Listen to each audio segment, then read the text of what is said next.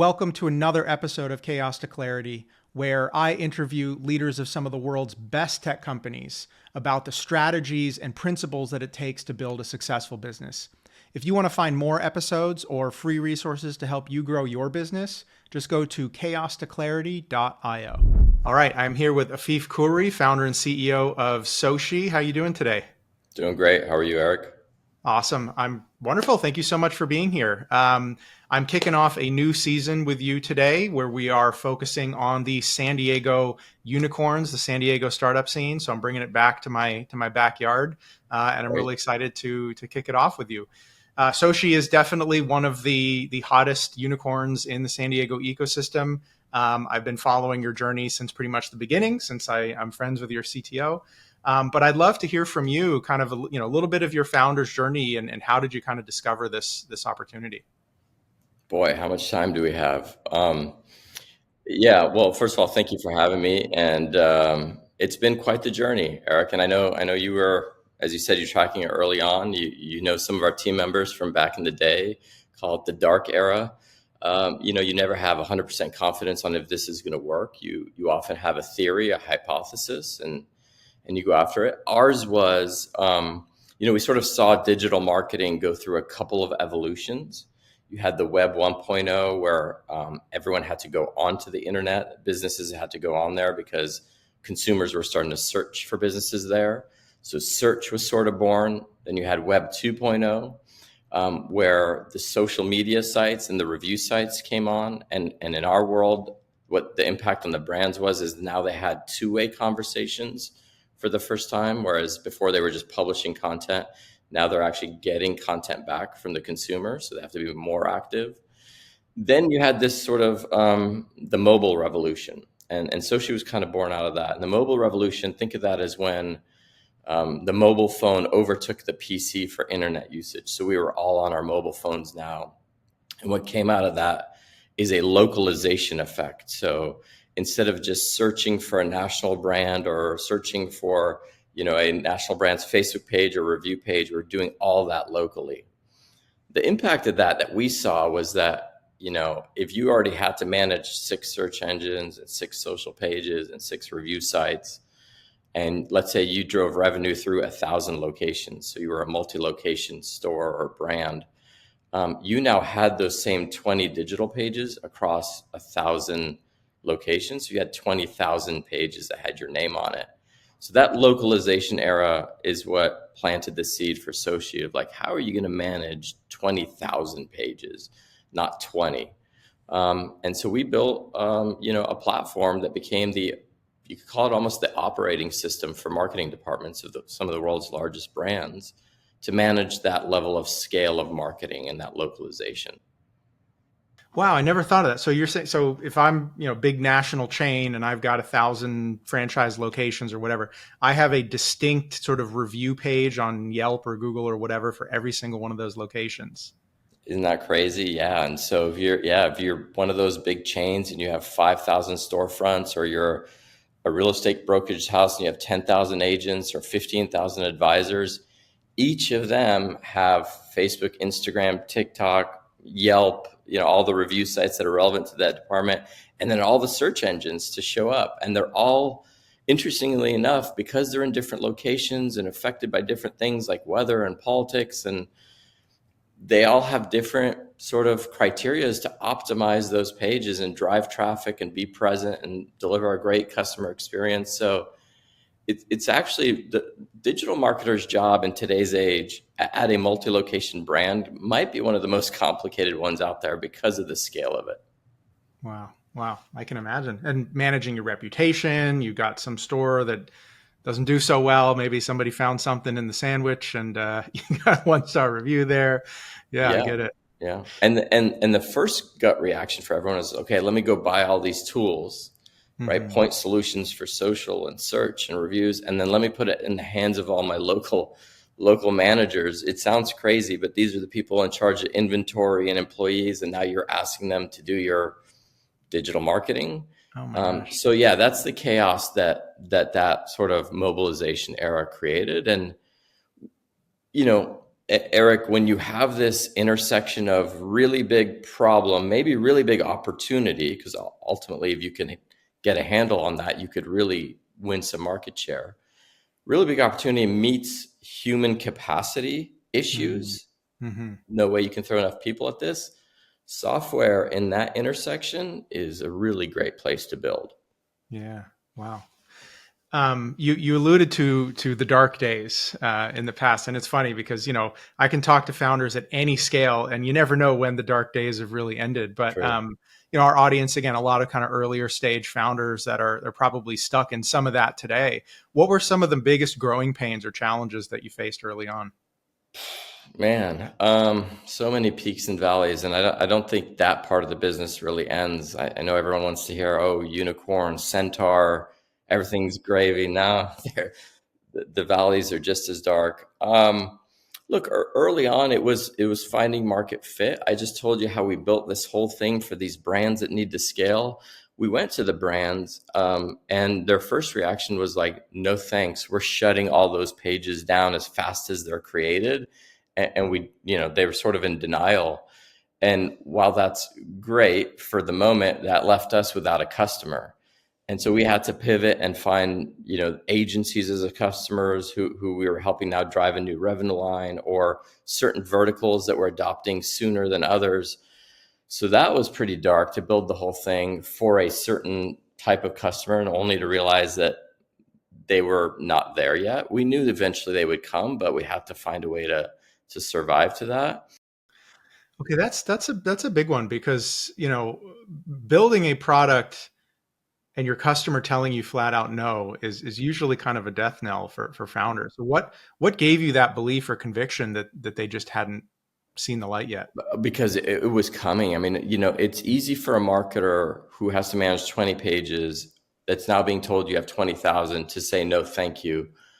But it was impossible. We saw the pages. They were being created like everywhere by check-ins. There were reviews. We were showing them images. People were posting reviews that was being left, that were being unmanaged. And eventually it was going to be a problem they would have to address.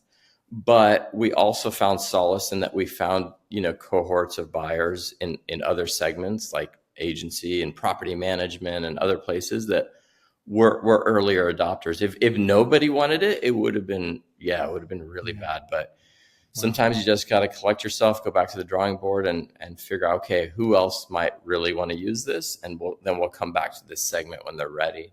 And that's what we were able to do. So when did they finally get it?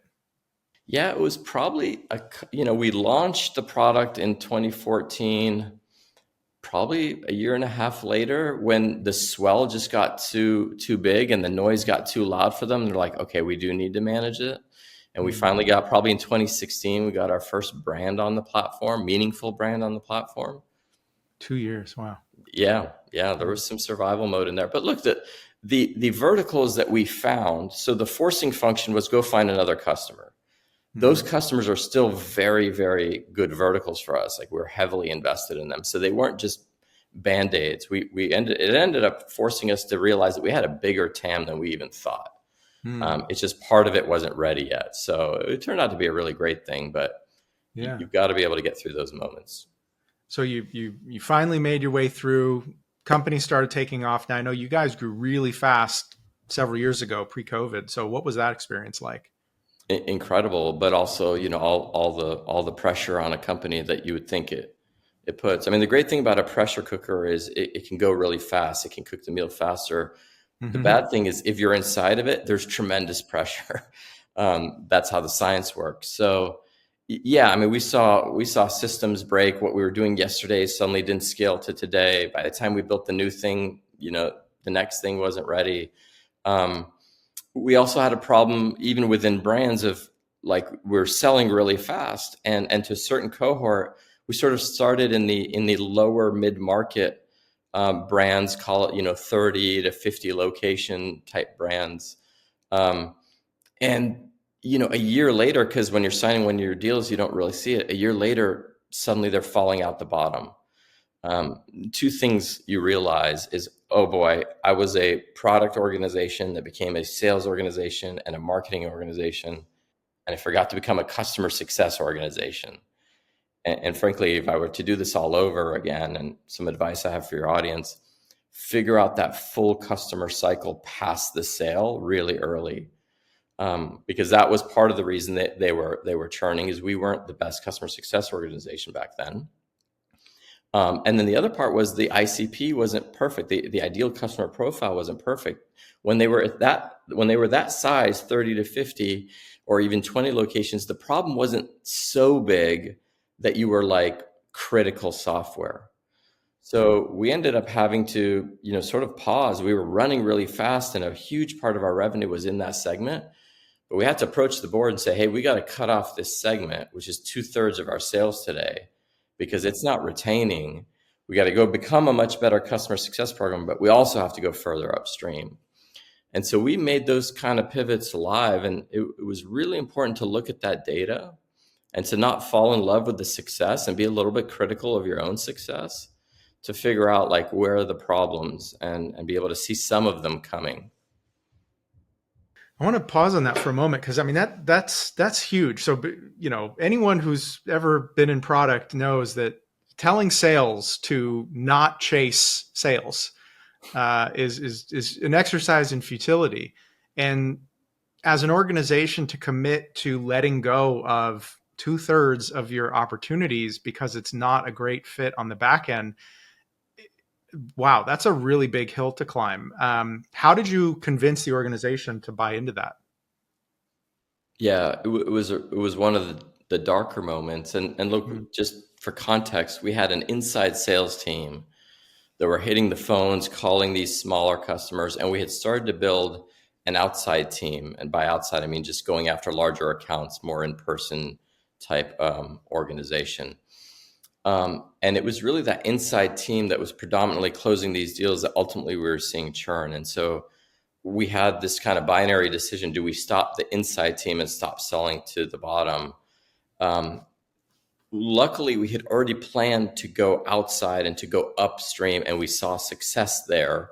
So we didn't just say shut down all sales. That would have been not received well at all. What we did is we presented the data, we showed them what we were going to do to shore it up, but at the same time showed them the impact of the larger deals and how they were stickier, larger ACV, more efficient to sell to.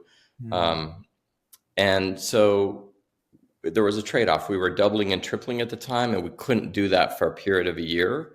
But we knew that coming out of that, we were going to have a base that was much stronger, retention rates that were much more where they need to be.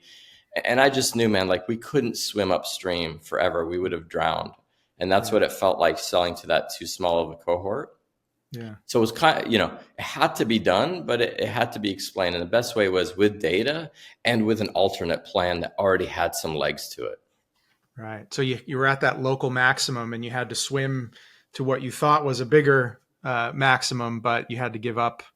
You had to give up what you had, but you had to see that there was at least some opportunity there. Yeah. Still, I mean, even with good evidence supporting that strategy, it's really hard to convince salespeople to commit to something past the sale, and to really own, the end-to-end customer experience. That's a big challenge. I know how hard that is. It was very challenging. And look, we had bifurcated sales teams. So the sales team that was impacted was different from the one that was continuing to focus, and we kept building. We then built a territory model. We sent more of those folks out into the market, and that really took off on its own. So one day we'll go back to that smaller cohort. I do believe we will. But we found a ton of success up in the middle market, upper mid market, and even the true enterprise. Yeah. So what were some of the big changes and the success that you found in creating this customer success organization? Look, man, first you start by just inviting leaders that are better than you. Like I felt at the time that I was really good on the product side. I was pretty good at the sales side because I was data driven and I could use that. But ultimately in every one of these functions, you have to get someone better than you. I mean, I think one of the most important aspects of a good CEO and good founder is humility, and to just understand that if you're the smartest guy at the table, you lost. Yeah. So go find, my case, it was like, go find that customer success expert that knows this stuff really well. And that's what I did. I mean, the first thing I did is hired somebody out of the Bay Area who just, was at Ring Central, was at some other places, understood CS, came in, just, called my baby ugly, which it was, and redid the whole model. And no pride, full humility. I get what my problem is. I need you to solve it. I empowered him to do that. And I gave him the goal of, I want to be an award-winning customer success company. And he delivered. A couple of years later, we started winning awards. And so I think it's talent and experience. Hire people more senior than you, better than you, further along than you in that department. And that's the way to go, in my opinion. Yeah. Yeah. There's this, I don't know if you've seen it, but there's this whole debate going on in like the startup scene around founder mode versus manager mode. Yeah. Have you seen that yet? Yeah. I've So this drives me crazy because, of course, it's just like with radical candor, any of these kind of, leadership, these new leadership buzzwords, that people take it as an excuse to be a bad leader.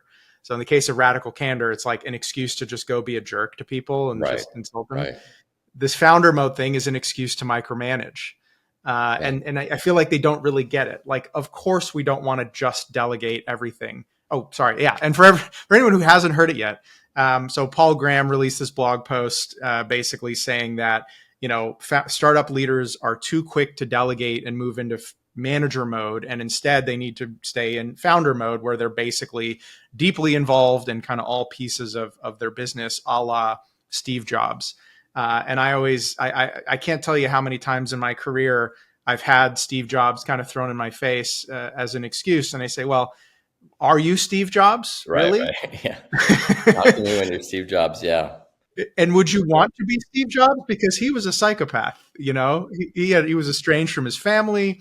He traumatized everyone who worked with him, and he died an unnecessary and preventable death because he didn't trust his doctors. So if you want to try to follow that lead, go for it. But for the vast majority of us, what I think this founder mode idea is, again, it's be involved in the things that are really, really critical to the business, but trust your leadership. Hire people that are really good at their job and let them work.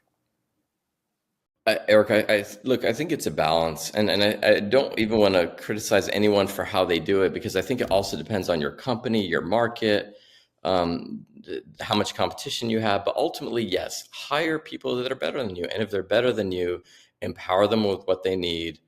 I don't think you fully untether. You probably want to make sure you've transferred the knowledge and the viewpoint, and you've made very clear the things that you really are expecting to see, and you create that alignment. But then within there, how they get there, et cetera. I mean, if you hired right, they should be better than you at that.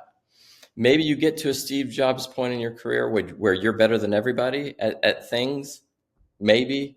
Until then, I suspect most of your founders are not that. I'm not that. And so it's really important. Plus, if you're ever going to hire great talent, like people who are better than you, and you're going to pull them out of somewhere else to come join you, they're not coming for you to be in full founder mode and micromanage them. They're coming because they know they can partner with you. So you find that balance for yourself and for your company, and you be very upfront with what that balance looks like. And I think it works itself out. But yeah, I really don't like when people get too binary on any one topic. It's always somewhere in the middle. Yeah, absolutely. Now it's a really great point too. If you want to attract the best talent, you're not going to keep them if you're micromanaging them. I agree. Yeah. So I know, AI is obviously a huge topic for everybody these days. And I know that your platform is really heavily invested in AI.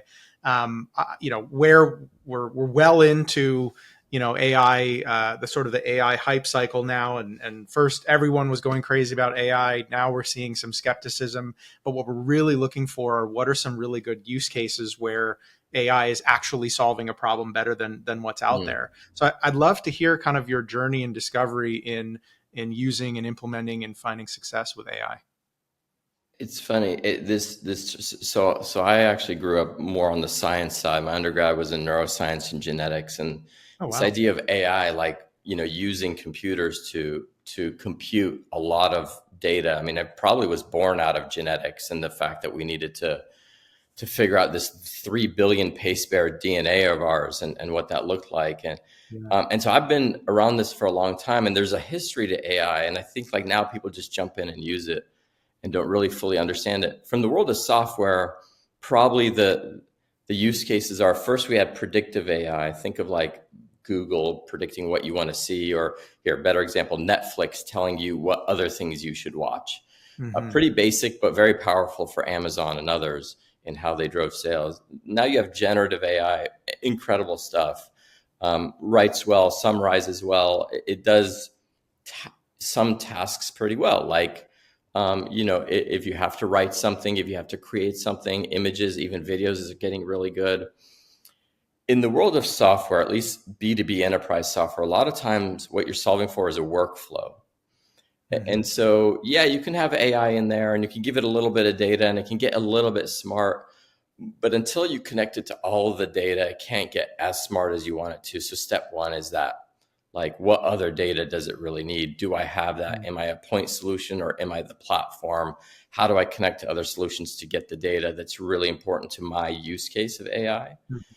So for us, obviously in marketing, you've got the data in search and the data in social and data reviews and all that, which is great. And SOCi has all that because we're such a robust platform in the different channels that we use. But there's also that CRM data where all the leads information is, and the point of sale data where all the revenue information is. And ultimately, we've now got to create an ecosystem to connect all that in.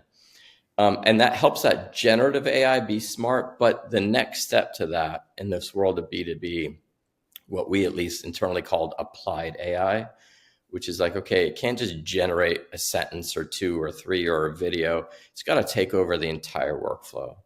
If I describe to you, our customers might have, 5,000 locations. That's 5,000 workflows, or maybe 20,000 workflows if you count every page they have to manage as a workflow. So how does the AI actually look at the data, create a recommendation for that channel, but then go into the tool and execute on the recommendation so that we can give these organizations thousands of hours back and deliver on time, on brand, consistent marketing everywhere? That's not generative AI. That's a lot more around it. That's 5 different AIs and workflows and training and data access and architecture. And that whole system around the AI, which we've been calling applied AI, is very different. I think it's how software companies need to start thinking about this. Like, the AI should be just a part, and maybe the catalytic part, to how you can take over an entire workflow and give us as humans time back. Eric, I don't know about you, but like the idea of walking up to a computer and taking an action, that relationship with software feels a little antiquated now. What I'd like to do is train this software to be an extension of me, and then I go walk away and doing something else while it's actually doing the work. That's where we're trying to take it. I think that's where more software companies should look to take it. Untether, help change the relationship with software from a tool to a partner that you can train to do work for you. So I always joke that still to this day, the best use case for AI is hot dog or not hot dog. If you get the Silicon Valley reference, it really is AI is incredibly good at these very specifically constrained point problems. Is this image, a hot dog or not a hot dog? It's actually terrible at planning and project managing and walking through steps in a process, because that's just not really how it's designed. It's designed to be this, what's the next step? What's the next token, right? Understanding context and so on, but it doesn't really have that higher level reasoning yet. And so what you're talking about workflow here, I think is really critical. As product designers, a lot of us, anyone with sense basically, has gotten really scared away from giving too much control or power to AI because we can't control the customer experience. And so you're talking about being a customer experience company. If you hand the keys over to an AI and it's going to go hallucinate, or it's going to go off the rails, or just do whatever it feels like doing, then you can't create a consistent or scalable process. So I think what you're talking about here is great. It's kind of having this overarching workflow and then these different AIs that solve different problems. Yeah, So is that absolutely. is that kind of workflow management? Is that kind of like traditional code, or is there an AI that can actually kind of make sense of the whole end to end workflow? I think it's a combination for now. Yeah, Yeah, you've got to infuse AI where it belongs in the workflow. yeah, But the workflow has to be the workflow in traditional mode. You have to plan it out, understand what it looks like, infuse the AI, infuse all the security checkpoints you need hmm, on the AI for all the points that you just raised. Um, so it doesn't have too much power. It's not doing too much thinking on its own. You've given it a path, and it's adding a lot of value along that path. yeah, But you've still built the entire path. right, You've built the fail safes and the training modes and everything else so that it can keep getting better over time. So hmm, it is, like I said, it's not, you can't just plug generative AI into something. A lot of companies are like, oh yeah, we plug this in and now it'll do this. That's where you run into problems. You really have to be innovative for how you integrate it into the overall solution that you've architected based on everything you know about your market. yeah. Ah, that's fascinating. Yeah, well, I guess we'll see where it goes, right? So now we're building up the building blocks. Now we're moving into the age of agentic AI, and again, now we're just going to start handing over the keys and let these AI agents actually go and do work on our behalf. It'll be exciting. I think when it works, it's going to be magic, and it's gonna go off the rails in fantastic, hilarious fashion in some cases too. I'm sure. Yeah, I'm sure you're right. Look, I think it's got huge potential. And I think the fun thing is, as software designers, it's up to us to sort of determine, what's the focus here. Our sort of focus and mantra is, let's change the relationship with software. Can I build software Hmm, that you can train to be an extension of, in our case, an extension of your marketing team? Can hmm, they be doing the right things in the right workflows? Or would you rather have 5,000 individuals who are maybe imputing their own, voice on your brand on a daily matter? Like, when faced with the two, I think we can build a better way for us to go reach 20,000 channels than by asking, several thousand humans to have to get involved. yeah, yeah, definitely. So I want to zoom out a bit and on sort of one last topic before we wrap up. And I love just talking about leadership principles. Mm. I'd love to kind of get your take. What are the rules that you live by, the principles you live by, that really got you to where you are today? I've been on my own journey for that too, right? So, my career is anything but linear. So I mentioned I was a scientist for a while. I ran a genetics lab. I ended up being an attorney for good bit, a Wow. VC, and then an operator. When you're an attorney, you're surrounded by type A people. Hmm, It's not about culture. It's about getting what done, and hmm, you had responsibilities, when I came over to the operating side, man, culture was a really big deal. hmm, And so I had to balance the two. Like, you want to have this system where you have really true accountability to one another, but it has to be rooted in trust and humility to some degree. So hmm, culture is a hard thing to define. Um, but at SOCi, we decided to take the SOCi, SOCi, and turn it into acronyms and tie those to things that we wanted to see in all the individuals that we hired, and we actually use it as a way to hire people. So in our case, the S is for selflessness, being able to work hmm, cross-functional, put the company ahead of the individual. Like, are you all about you, or are you somebody that can work with a group? O is overachievers. We want go-getters. Nobody here should be just here to punch the time card.